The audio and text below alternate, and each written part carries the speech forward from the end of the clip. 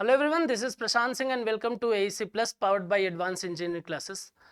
आज से मैं शुरुआत कर रहा हूँ करंट अफेयर सीरीज की और हम बात करेंगे कंट्री के लेवल पर, वर्ल्ड वाइड, जहां पर भी जो भी करंट से रिलेटेड चीजें हो रही हैं जो हमारे एग्जाम के पॉइंट ऑफ व्यू से जरूरी हैं, हम उनकी चर्चा करंट अफेयर्स डेली डोज के पॉइंट ऑफ व्यू से डेली यहाँ पर करेंगे। मैं डेली आपके सामने कुछ क्वेश्चन पैटर्न में वीडियोस लेकर आऊंगा, क्लासेस जो हैं वो हमारी चलेंगी और हम बात करेंगे कि किस प्रकार से कहां पर क्या क्या चीजें हैं जो हमारे एग्जाम के पॉइंट ऑफ व्यू से जरूरी मानी जाती है, राइट। दूसरी चीज ये सोचने में लगता है बच्चों को कि सर हम क्या क्या पढ़े, किन किन चीजों के बारे में देखें। हमको जीएस भी पढ़ना है, हमको क्वांट भी पढ़ना है, हमको रीजनिंग की भी बात करनी है, इंग्लिश भी देखना है और हमको फिर आप करंट भी बता रहे हैं। तो याद रखिएगा कि आपका संघर्ष जितना मजबूत होगा, आपका संघर्ष जितना बड़ा होगा, आपको जो फल की प्राप्ति होगी, जो आउटपुट मिलेगा वो भी उतना ही ज्यादा होगा। विवेकानंद जी ने कुछ इसी प्रकार की बातें कही हैं कि जितना कठिन संघर्ष होगा, जीत उतनी ही शानदार होगी। तो इसी वक्तव्य के साथ में, इसी विचारधारा के साथ में आप लगे रहिए, प्रयास करते रहिए और जिस दिन आपको सिलेक्शन मिलेगा, जिस दिन आपका सिलेक्शन होगा, उस दिन आपकी जीत, आपकी मेहनत जो है वो अपने आप रंग लाएगी। तो आइए शुरू करते हैं और देखते हैं कि किस प्रकार से अलग अलग जगहों पर क्या क्या चीजें हुई हैं। आज है 1 जुलाई, तो शुरुआत करते हैं 1 जुलाई से ही और देखते हैं यहाँ पर पहली चीज जो है वो क्या बोल रही है। When is national doctors day celebrated? अगर मैं बात करूं नेशनल डॉक्टर डे कब मनाया जाता है, तो क्योंकि आपको आइडिया लग गया होगा कि यार जो डेट है यहाँ से हम शुरुआत कर रहे हैं, तो यहाँ पर जो पहला क्वेश्चन उठता है आपके सामने कि जिस डेट से हम शुरुआत कर रहे हैं वही, तो यहाँ पर याद रखिएगा कि नेशनल डॉक्टर्स डे जो है वो मनाया जाता है 1 जुलाई में।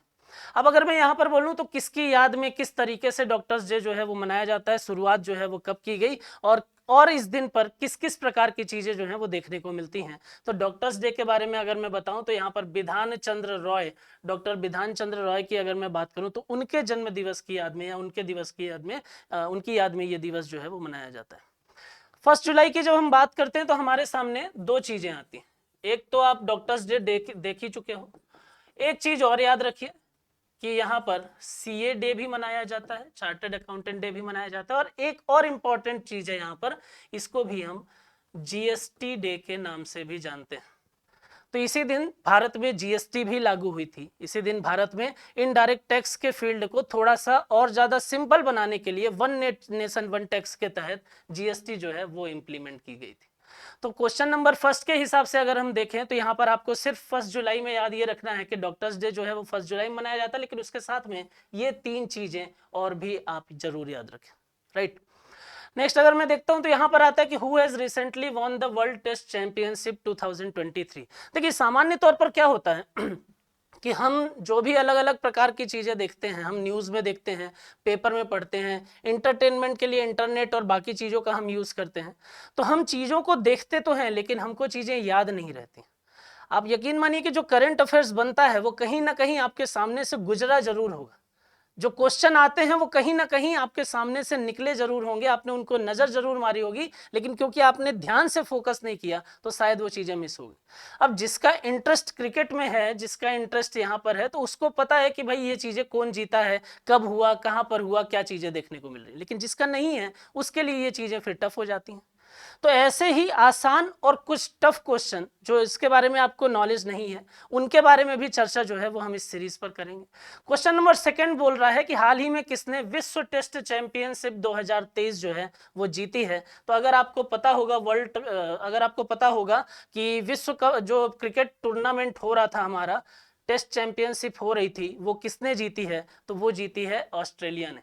और ऑस्ट्रेलिया इसलिए भी याद रखिए क्योंकि भारत के चांसेस, या हम अनुमान लगा के चल रहे थे कि भारत एक मजबूत टीम है और वर्ल्ड कप जो हो रहा है उसमें शायद इस बार भारत जो है वो विजेता बने, है ना। लेकिन हमने ये देखा कि जो हमारे इंडियन टीम थी उसका प्रदर्शन इतना खराब था, कुछ एक दो खिलाड़ियों को अगर हम छोड़ दें तो बाकी जो है वो आपके सामने रिजल्ट दिखाई दे रहा है। तो यहाँ पर अगर हम बात करते हैं तो ये है ऑस्ट्रेलिया। ऑस्ट्रेलिया इसकी चैंपियन बनी थी, किसको हराकर इसने ये चैंपियनशिप हासिल की थी, तो ये इंडिया को हराकर। इंडिया के कप्तान आप याद रखिए उस टाइम पे कौन थे, रोहित शर्मा, और ऑस्ट्रेलिया की तरफ से पैट कमिंस थे। अब क्वेश्चन ये आता है कि सर ये हुआ कहां पे था, तो ये हुआ था द ओवल में, द ओवल में जो है लंदन में। बात समझ में आ रही है। और प्लेयर ऑफ द मैच जो है वो कौन बने थे, ट्रेविस हेड बने थे।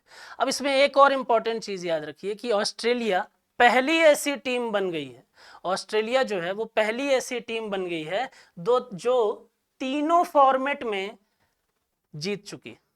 अगर मैं वनडे की बात करूं तो भी ऑस्ट्रेलिया का नाम आता है, अगर मैं T20 की बात करूं तो भी ऑस्ट्रेलिया का नाम आता है। और इस क्वेश्चन से आपको यह भी पता चल गया कि अगर सर हम वर्ल्ड टेस्ट चैंपियनशिप की बात करते हैं तो भी ऑस्ट्रेलिया का नाम आता है। तो ऑस्ट्रेलिया जो है वो पहली ऐसी टीम है जो क्या हो गई है, तीनों फॉर्मेट में जीतने वाली टीम हो गई है।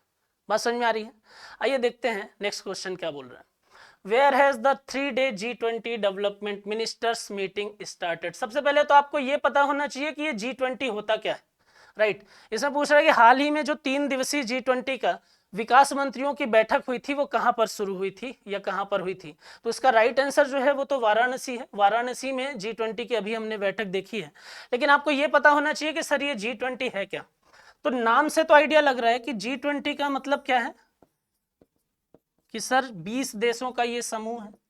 लेकिन 20 देशों का समूह किस प्रकार से, तो यहां पर आप देखिए कि जो कंट्री के फाइनेंस मिनिस्टर हैं, राइट, और जो उस कंट्री के सेंट्रल बैंक के गवर्नर, इनका समूह जो है वो क्या कहलाता है। 20 ऐसी बड़ी अर्थव्यवस्थाएं या 20 ऐसी वर्ल्ड की बेस्ट बड़ी बड़ी इकोनॉमी, जहां पर हम ये देखते हैं कि इकोनॉमिक स्तर पर या इकोनॉमिक कंडीशन पर जब हम बात करते हैं तो वर्ल्ड वाइड इनकी कंडीशन जो है वो बेहतर।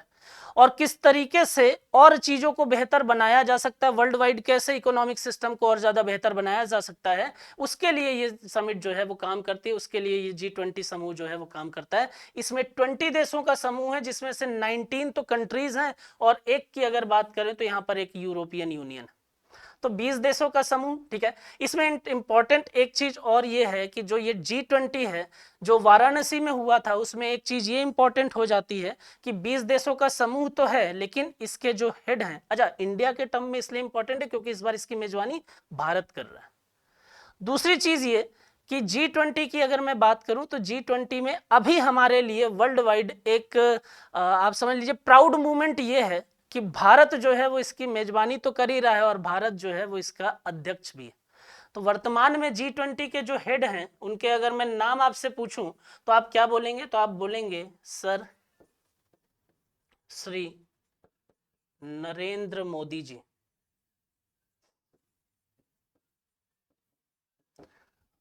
बात समझ में आ रही है। तो वर्तमान में जो G20 के हेड हैं वो कौन है, वो श्री नरेंद्र मोदी जी हैं। तो यहाँ पर अगर मैं बात करता हूँ तो यहाँ पर याद रखिए कि विकास मंत्रियों की बैठक का आयोजन हुआ है कहाँ पर, वाराणसी उत्तर प्रदेश में। डेट क्या थी इसकी, 11 से 13 जून तक हुआ था। और इसकी जो अध्यक्षता की थी वो किसने की थी, तो इसकी अध्यक्षता की थी डॉक्टर एस जयशंकर, जो वर्तमान में भारत के केंद्रीय विदेश मंत्री जो है वो देखने को मिलते हैं। सतत विकास, हरित विकास के लक्ष्य की आपूर्ति करने के लिए, supply the goal of subsistence development and green development, sustainable development और ग्रीन डेवलपमेंट करने के लिए इस प्रकार की चीजें जो है वो देखने को मिली थी। नेक्स्ट अगर मैं क्वेश्चन की बात करता हूं तो यहां पर बोल रहा है कि recently who has been appointed as its brand ambassador by Epson India.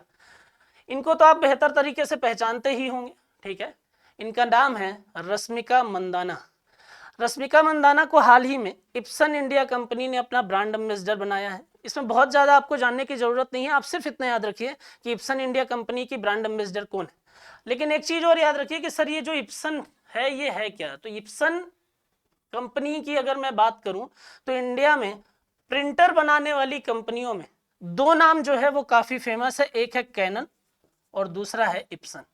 Ibsen और कैनन जो दोनों हैं ये दोनों भारत की बड़ी प्रिंटर और कुछ इलेक्ट्रॉनिक आइटम बनाने वाली कंपनियों के नामों में शामिल है। कैमरे की बात करें या प्रिंटर की बात करें या कुछ और इलेक्ट्रॉनिक टूल्स की बात करें, उनमें ये बड़े नाम के तौर पर देखे जाते हैं। फिलहाल आप इसमें इतना याद रखिए कि इप्सन कंपनी जो है उसने किसको अपना ब्रांड एम्बेसडर बनाया है, उसमें इन्होंने रश्मिका मंदाना को अपना ब्रांड एम्बेसडर बनाया है, याद। नेक्स्ट अगर मैं देखूं तो यहाँ पर क्या समझ में आता है, अच्छा ये एक इंपॉर्टेंट क्वेश्चन है ना, IATA, ठीक है। अगर मैं यहाँ पर आपसे बोलूं who has become the new president of IATA recently, हाल ही में IATA के नए अध्यक्ष जो है वो किसको नियुक्त किया गया है, पीटर एल्बर्स। नाम आप जरूर याद रखें, यहाँ पर आपको दिखाई दे रहे होंगे पीटर एल्बर्स। अब ये पीटर एल्बर्स है कहाँ के, या पीटर एल्बर्स को हम किस तरीके से याद रखें। तो पहली चीज तो ये कि आप ये याद रखिए कि IATA क्या होता है। तो इंटरनेशनल IATA की अगर मैं बात करता हूँ तो IATA का फुल फॉर्म होता है इंटरनेशनल एयर ट्रांसपोर्ट एसोसिएशन। अब ये IATA है क्या? इंटरनेशनल लेवल पर जो एयर ट्रांसपोर्ट या एयर से रिलेटेड जाए, अगर हम बात करें, जो ऐसी कंपनीज जो एयर ट्रांसपोर्ट का हिस्सा है, ऐसी कंपनीज जिनकी फ्लाइट चलती हैं, उन कंपनियों का एक एसोसिएशन है वर्ल्ड वाइड। और लगभग अभी अगर मैं बात करूं तो लगभग इसमें 300 कंपनी जो हैं वो शामिल इस एसोसिएशन में, इस संगठन में।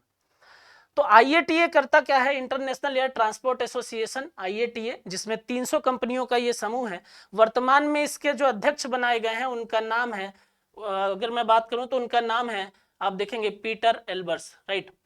इसके अगर मैं हेडक्वार्टर की बात करता हूं तो मॉन्ट्रियल कनाडा में इसका हेडक्वार्टर है। फाउंडेड अगर देखें तो 19 अप्रैल 1945 में क्यूबा के हवाना में इसकी स्थापना जो है वो की गई थी। ये बहुत ज्यादा इंपॉर्टेंट तो नहीं है कि इन्होंने किसको रिप्लेस किया है क्या है, लेकिन फिर भी अगर आप देखिए तो रवांडेयर के CEO यवोन मंजी माकुलो की जगह पीटर एल्बर्स ने ली है। और पीटर एल्बर्स के बारे में एक चीज आप याद रखिए कि पीटर एल्बर्स जो है वो वही व्यक्ति हैं जो भारत में सबसे ज्यादा जिस कंपनी की फ्लाइट उड़ान भरती है उसके CEO हैं, और उस कंपनी का नाम है इंडिगो। बात समझ में आ रही है? तो इंडिगो के जो CEO थे उन्हीं को अभी वर्तमान में IATA international air transport association का हेड बनाया गया है, जिनका नाम है पीटर एल्बर्स। आप इतनी चीजें इसमें याद रखेंगे।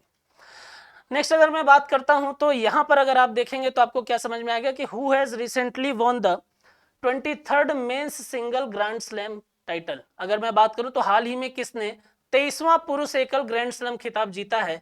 ये व्यक्ति ऐसा है कि जिसको दुनिया का हर एक बच्चा जानता होगा। बात समझ में आ रही है? हमारे देश में या वर्ल्ड वाइड अगर हम बात करें तो कुछ खेल इस प्रकार से फेमस हैं, कुछ खेल इस प्रकार से फेमस है कि वहां पर, या कुछ खिलाड़ी इस प्रकार से फेमस है जो खेल से ज्यादा मतलब प्रख्याति जो है, फेमस जो है वो हो जाते हैं। उनमें से एक नाम जो है वो नोवाक जोकोविच का है, राइट। तो यहाँ पर याद ये रखना है कि ये जो 23वां पुरुष एकल ग्रैंड स्लैम खिताब जीता गया है वो नोवाक जोकोविच के द्वारा जीता गया है। और उन्होंने किसको हराया है? उन्होंने हराया है क्रैस्पर रूड को। बात समझ में आ रही है? और एक चीज इसमें जो फैक्चुअल फॉर्म में आप याद रखिए, नोवाक जोकोविच ने टेनिस के इतिहास में सबसे ज्यादा ग्रैंड स्लैम खिताब जीतने वाले पुरुष खिलाड़ी बन गए हैं, और ये इनको खिताब जो है वो मिल चुका है। ये इतनी बात तो आपको याद हो गई, लेकिन अब इससे रिलेटेड कुछ और भी चीजें आप याद रखिए। बोले कि सर ये ग्रैंड स्लैम ये क्या है? तो अगर मैं इसके बारे में आपको बताऊं तो इसकी जो फेमस 4 चीजें होती हैं वो आप जरूर याद रखिए। इससे रिलेटेड जो फेमस 4 चीजें होती हैं वो आप जरूर याद रखिए, और उसमें किस प्रकार से चीजें जो हैं वो देखने को मिलेगा वो आप देखिए। सबसे पहले अगर मैं यहां पर बात करता हूं तो आप याद रखेंगे ऑस्ट्रेलियन ओपन, ठीक। उसके बाद आप याद रखिए फ्रेंच ओपन, उसके बाद याद रखिए विंबलडन ओपन, और उसके बाद आप याद रखिए US ओपन। तो यहां पर अगर मैं आपको बताता हूं तो आप याद ये रखिए कि जो ग्रैंड स्लैम होता है उसके 4 सीरीज जो हैं वो काफी पॉपुलर हैं। इनके टाइम ड्यूरेशन जो है वो फिक्स हैं। मिड जनवरी में अगर मैं बात करता हूं तो जनवरी के बीच में लगभग 15 जनवरी के आसपास ऑस्ट्रेलियन ओपन जो है वो देखने को मिलता है, ठीक है। यहां पर अगर आप देखिए तो इसका मैच कहां होता है, तो इसके लिए जो कोर्ट होता है वो हार्ड कोर्ट। बात समझ में आ रही है? इतनी चीजें आप याद रखिएगा। ऑस्ट्रेलियन ओपन मिड जनवरी में होता है, और इससे रिलेटेड जो कोर्ट है वो कौन सा है? वो हार्ड कोर्ट होता है। फ्रेंच ओपन की अगर मैं बात करता हूं तो फ्रेंच ओपन जो है वो कहां होता है? तो वो 1 मई, मतलब अगर मैं बात करूं तो मई और जून में होता है, और इसके लिए जो कोर्ट होता है वो कौन सा होता है? वो होता है क्ले। मई एंड जून का टाइम होता है इसके लिए, और इसका जो कोर्ट कहलाता है वो कहलाता है क्ले कोर्ट। बात समझ में आ रही है? ऑस्ट्रेलियन ओपन की बात करेंगे जनवरी में होता है, मिड जनवरी में होता है, और इसका जो कोर्ट होगा वो हार्ड कोर्ट होगा। फ्रेंच ओपन की बात करेंगे मई से जून में होता है, इसका जो कोर्ट होता है वो क्ले कोर्ट होता है। और विंबलडन ओपन की बात करेंगे तो जून जुलाई में होता है, और इसका जो कोर्ट आपको पता चलेगा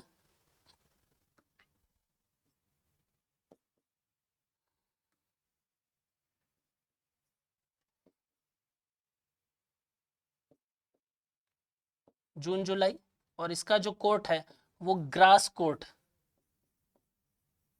राइट।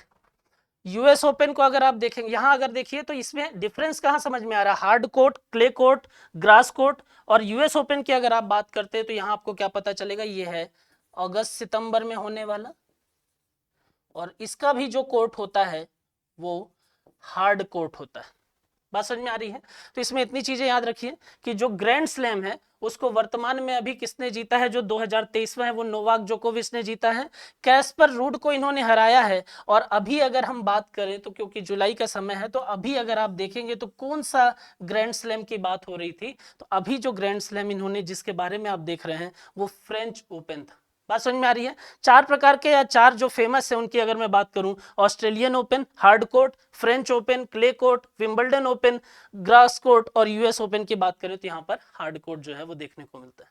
बात समझ में आ रही है। तो यहाँ पर याद क्या रखना है कि जो 23वां मेन सिंगल ग्रैंड स्लैम हुआ था उसके विनर जो है वो कौन है, वो नोवाक जोकोविच। बात समझ में आ रही है। आई होप कि आपको इतनी चीजें जो हैं वो क्लियर हो गई होंगी। इसके बाद अगर मैं बात करता हूं तो आप देखिए मंगल ढिल्लो की अगर मैं बात करूं तो वो अभी अभी उनका निधन हुआ है। Mangal Dhillon has passed away recently.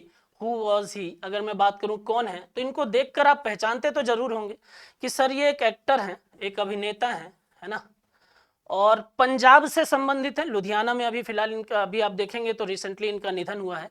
और पंजाबी फिल्मों में और हिंदी फिल्मों में अपनी एक अहम भूमिका विलन के तौर पर थी ये, और विलन के तौर पर काफ़ी बढ़िया एक्टिंग की थी इन्होंने। और अभी अगर हम देखें तो इनकी मृत्यु जो है वो अभी कुछ दिनों पहले देखने को मिली है। ठीक है, डेब्यू किए थे और पहली इनकी मूवी थी आखिरी अदालत जो 1988 में देखने को मिली थी। नेक्स्ट अगर हम बात करें तो बोल रहा है कि recently which state government has launched chief minister learn and earn. इनको तो आप पहचानते ही होंगे। ठीक है, अगर हम बात करें शिवराज सिंह जी की, अगर हम बात करें मध्य प्रदेश के भांजे और भांजियों के मामा की, तो यहाँ पर उन्होंने अपने भांजे और भांजियों के लिए जो शिक्षित हैं और उनको रोजगार की प्राप्ति नहीं हो रही है, उन लोगों के लिए उन्होंने एक स्कीम लॉन्च की है और वो है मुख्यमंत्री सीखो कमाओ योजना। ठीक है, इसका राइट आंसर जो है वो मध्य प्रदेश होगा।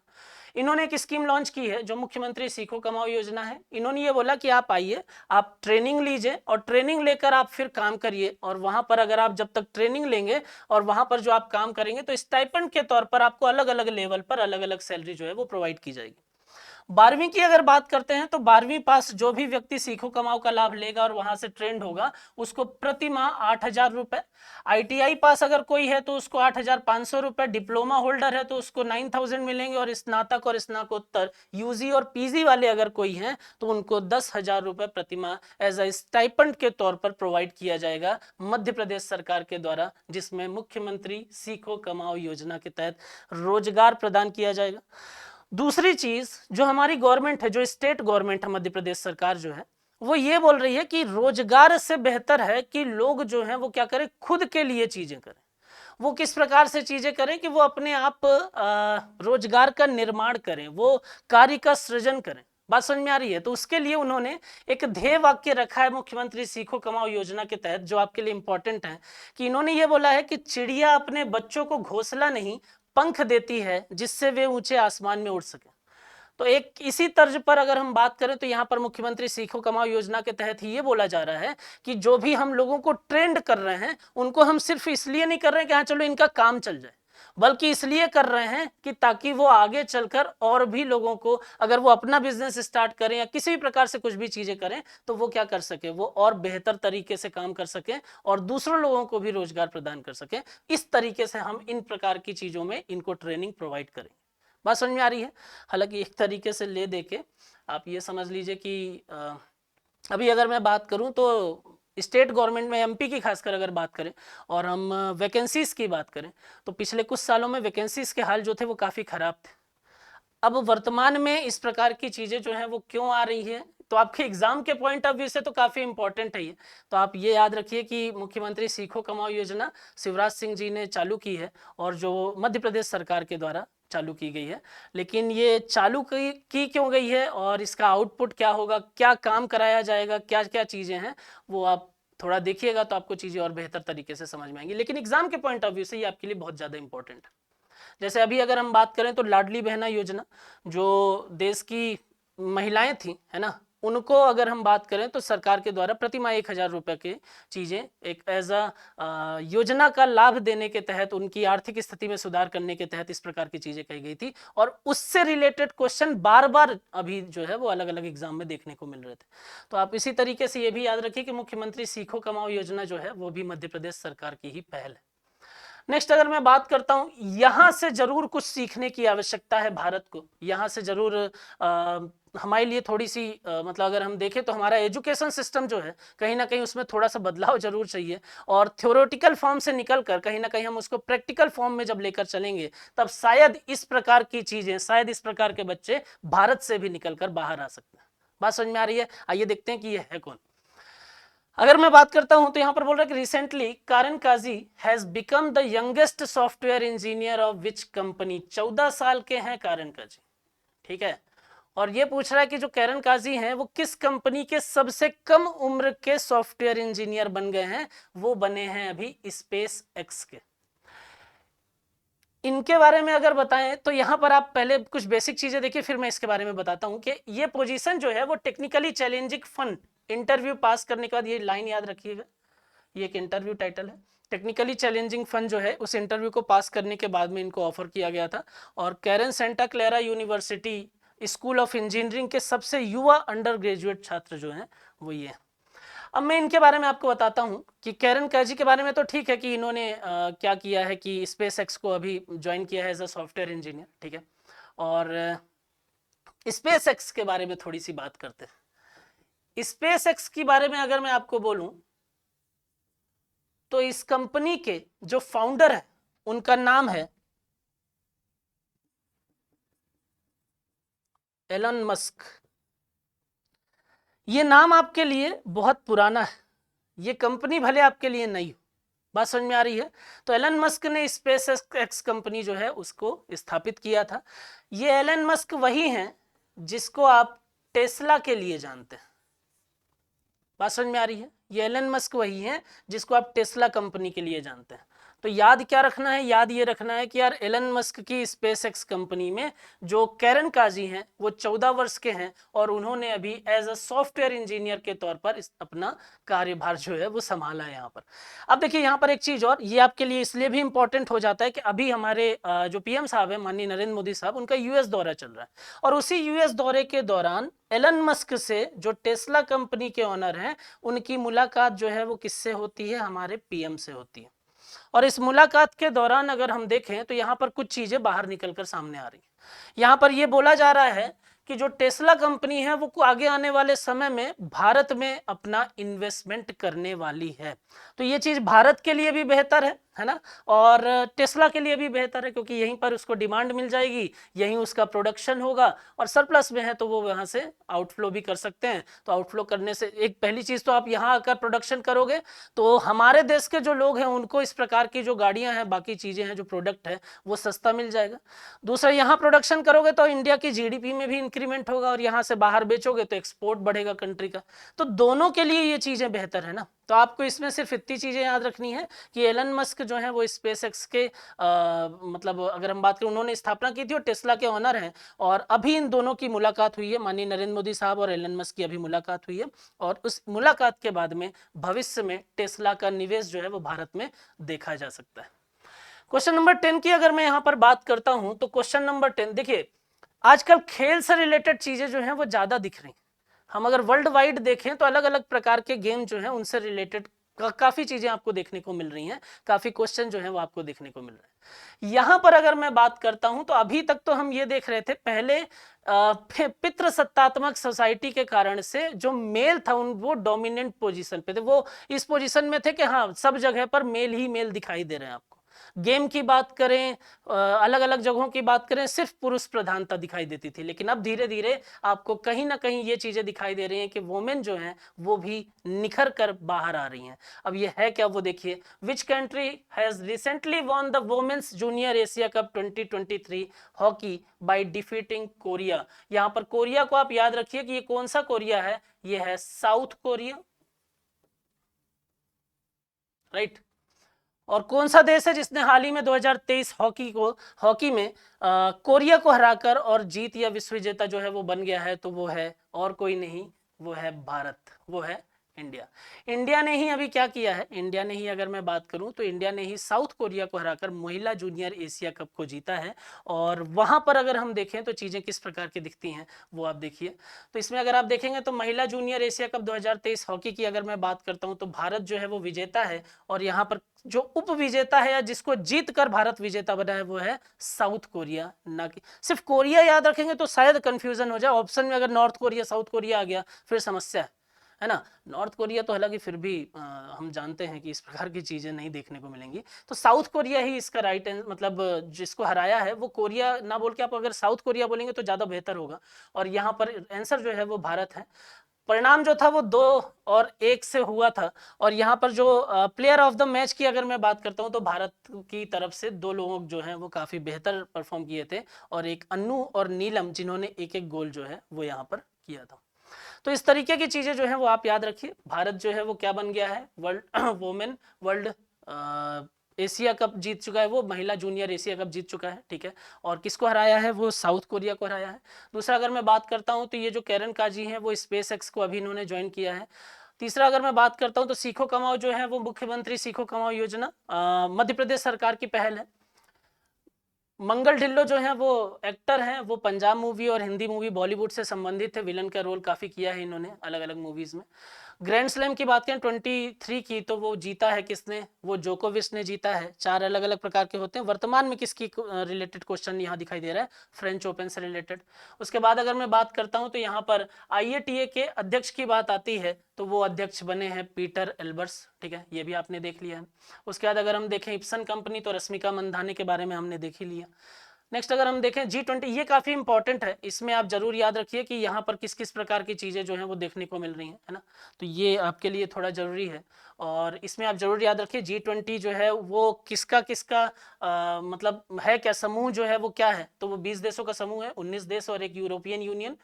कंट्री के जो भी फाइनेंस मिनिस्टर होंगे और जो उस कंट्री के सेंट्रल बैंक के गवर्नर होंगे वहां पर आपको इसके सदस्य जो हैं वो देखने को मिलेंगे। और अभी जो समिट हुई है उसको जो हेड किया है वो S जयशंकर ने किया है। वर्तमान में भारत इसकी मेजबानी कर रहा है G20 की, और वर्तमान में जो G20 का हेड है वो भारत ही है, इसलिए उसके अध्यक्ष कौन है, श्री नरेंद्र मोदी जी, राइट।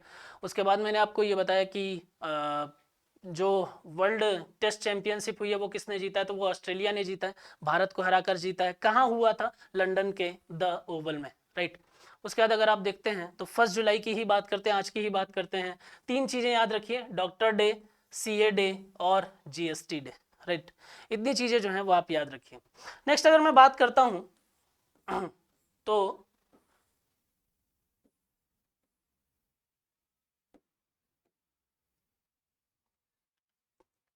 ठीक है, तो यहां तक हमने देख लिया। अगली अगर हम बात करें तो आपके लिए एक क्वेश्चन है और इसका जवाब आप जरूर दें, मैसेज करें, कमेंट करें और इसके बारे में आप जरूर बताएं। इसको मैं नेक्स्ट क्लास में जब हम मिलेंगे, है ना, कल की क्लास में जब हम मिलेंगे तब मैं इसके बारे में आपसे बात करूंगा। क्वेश्चन है आपके लिए कि which IIT has recently generated hydrogen from sea water using solar energy. हाल ही में किस IIT ने सौर ऊर्जा का उपयोग करके समुद्री जल से हाइड्रोजन उत्पन्न किया है। आपके ऑप्शन कोलकाता, मुंबई, मद्रास, गुवाहाटी। तो आप जरूर देखें, इसको ढूंढें और इसका आंसर जो है वो आप कमेंट करें, ठीक है। तो इतने चीजों के बारे में हमने बात किया। देखिए बहुत ज्यादा मैं चीजों को खींचूंगा नहीं क्योंकि करंट अफेयर्स है, आपको मेन चीजें जो है वो जरूरी हैं। हम क्वेश्चन के फॉर्मेट में इन चीजों को रखेंगे। डेली 10 क्वेश्चन जो भी मोस्ट इंपॉर्टेंट होंगे उनके बारे में मैं बात करूंगा और उनसे रिलेटेड जो भी इंपॉर्टेंट चीजें हैं उनके बारे में। तो यहां पर सिर्फ आप इस मतलब ऐसा नहीं कि हाँ वीडियो देख लिया तो सारी चीजें जो है वो हो गई। आप कोशिश करें, कॉपी पेन बनाएं, आप कॉपी पेन उठाएं और उस कॉपी में, उस अपनी नोटबुक में आप चीजों को मेंशन करें। और मेंशन करने के साथ साथ आप कुछ ऐसी भी चीजें पढ़ें कि अच्छा यार ये चीजें तो अभी हमने देखी थी, करंट का मैंने बता दिया और उसका जो और पोर्शन है, बाकी चीजें हैं, उसको आप वहीं पर मेंशन कर लीजिए, राइट। तो शॉर्ट फॉर्म में जब आप नोट बनाएंगे और उसको बार बार पढ़ेंगे ना तो करंट से रिलेटेड जो चीजें हैं वो आपको यहाँ पर क्लियर हो जाएंगी। ठीक है, फिर आज के लिए इतना काफी है। आप जुड़े रहिए, कमेंट करिए कैसा लगा, क्या चीजें हैं, और जो क्वेश्चन मैंने दिया है उसके बारे में आप बताइए। नेक्स्ट क्लास में हम उसके बारे में चर्चा करेंगे। पढ़ाई करते रहिए, खुश रहिए। Thank you so much.